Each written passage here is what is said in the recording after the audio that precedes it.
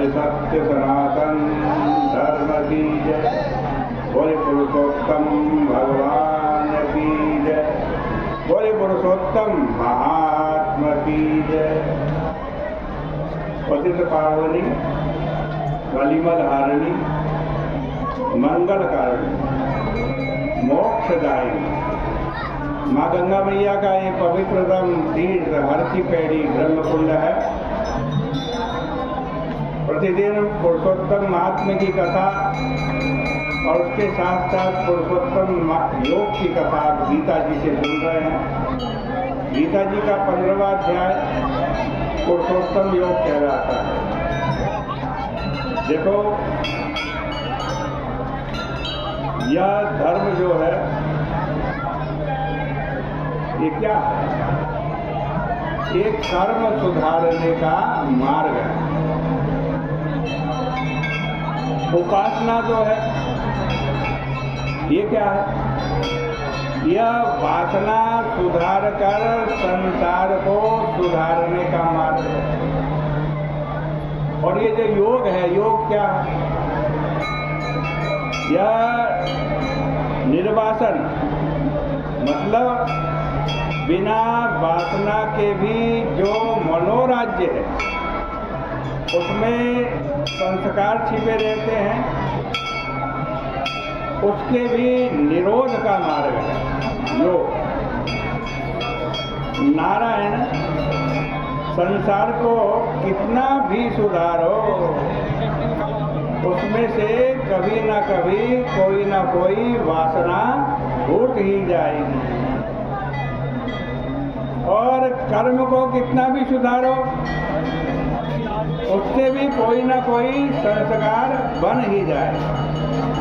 इसलिए कर्म, उपासना, योग के जो मार्ग हैं वे संसार के आत्यांतिक निवर्तक नहीं है।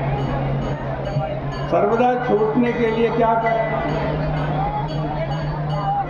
तो कबीरदास जी कहते हैं, दास कबीर जतन से ओढ़ी, दास कबीर जतन से ओढ़ी, जो की त्यों धर तीनों चदरिया, जो की त्यों धर तीनों चदरिया।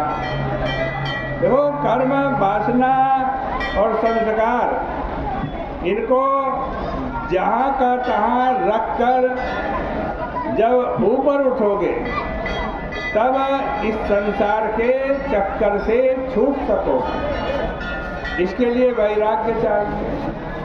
इसीलिए गीता जी के 15वें अध्याय के 2 अध्याय में कहा है, अधश्च मूलान्यनुसन्ततानि कर्माणुबन्धीनि मनुष्यलोके। मूल का मतलब है राग द्वेष मूलक वासनाएं। नीचे पाताल पर्यंत, चींटी पर्यंत, मच्छर पर्यंत और ऊपर ब्रह्मा पर्यंत जो वासनाओं की जड़ें फैली हुई हैं वे कर्म से सींची जाती हैं और हमेशा बनी रहती हैं। और ये कर्म मनुष्य लोक में पैदा होते हैं। क्यों?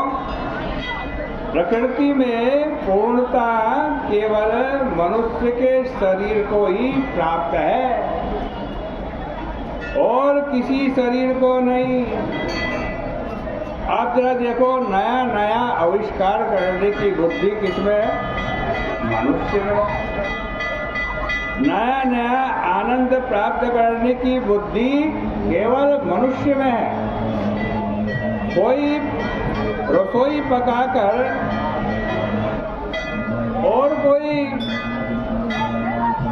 जीव और कोई प्राणी मनुष्य के अलावा कोई नहीं खाता। या कचौरी, या समोसा, या चमचम मनुष्य के सिवाय और कोई नहीं बनाता। कपड़ा कैसा बढ़िया बनाया, मकान कैसा बढ़िया बना जा रहा है, क्या मोटर कार, क्या रेलगाड़ी, क्या रॉकेट, क्या विमान, यह मनुष्य ही तो बनाता। इसका कार्य है कि प्रकृति पर विजय प्राप्त करने की बुद्धि भी मनुष्य के पास हो सकती है। वह चाहे तो उसमें से निकल करके संपूर्ण सच्चिदानंद घन ईश्वर को भी प्राप्त कर सकता है। मानुषेषु महाराजा धर्मो प्रवर्तकः।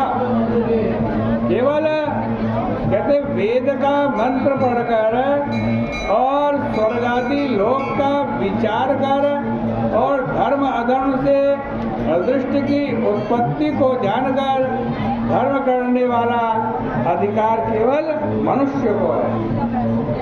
पशु को यज्ञोपवीत नहीं हुआ करता, पक्षियों का विवाह नहीं होता। तो नारायण यह संस्कार संपन्न होने के लिए ही यह मनुष्य जन्म प्राप्त हुआ। यह नवोन्मेष साधनी जो बुद्धि है ना, ये प्रतिभा है, यह विचित्र विचित्र अद्भुत कर्म करने की विद्या और अद्भुत आनंद लेने की क्षमता केवल मनुष्य शरीर में है। अरे भाई यहाँ छोड़ना बचा भाई, ए भैया। इसलिए धर्म और अधर्म का संस्कार केवल मनुष्य के शरीर में ही उत्पन्न होता है और यही से जैसा मनुष्य कर्म करता है वैसा संस्कार और वैसी वासना और वैसी गति प्राप्त होती है। चाहे पशु बनो चाहे देवता बनो, कहाँ जाने का मन है। श्रीमद् भागवत में बताया गया है कि एक आदमी को देखकर बताया जा सकता है कि वह अगले जन्म में कहाँ जाएगा। मन एव मनुष्यस्य पूर्वरूपाणि संसति अभविष्यतश्च भद्रन्ते तथैव न भविष्यतः। आप कहाँ से बता रहे हैं? कालिक लगी हुई है शरीर में, कीचड़ लगी हुई है, मालूम पड़ गया ना ये कहाँ से आ रहे हैं। मन में अगर गंदगी है तो समझ लो ये नरक से आ रहा है, और मन में पवित्रता है, स्वच्छता है, निर्मलता है तो समझ जाओ स्वर्ग से आ रहा है।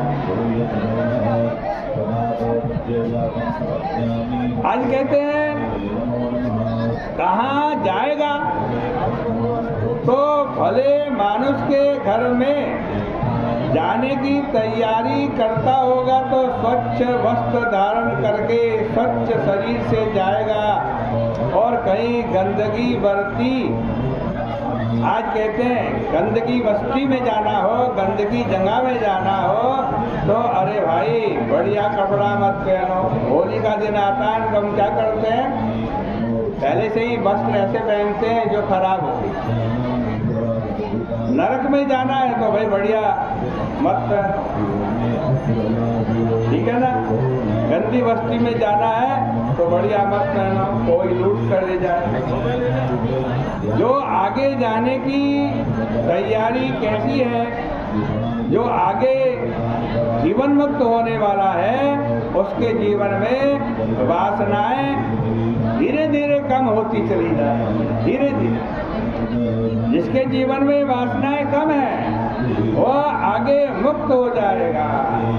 तो नारायण यह जो मनुष्य जीवन है इसी में मुक्त होने की योग्यता है, भगवत प्राप्ति की योग्यता है, भगवान की भक्ति की योग्यता है, इसके सिवाय और कहीं नहीं है। इसलिए मनुष्य लोके पद का इस श्लोक में प्रयोग किया गया है।